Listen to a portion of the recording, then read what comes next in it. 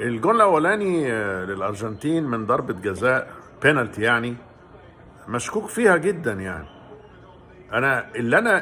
يعني سواء انا شفتها كده او ما شفتهاش كده، مش في حاجة اسمها الفار.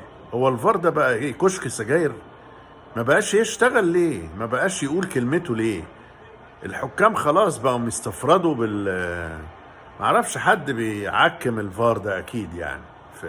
في ماتشات كتير انا قلتها من الاول ان الفار في كاس العالم مشكوك في اساسه. كوره ما فيهاش حاجه خالص، ما اعرفش اتحسبت بينالتي للارجنتين وطبعا الماتش انتهى.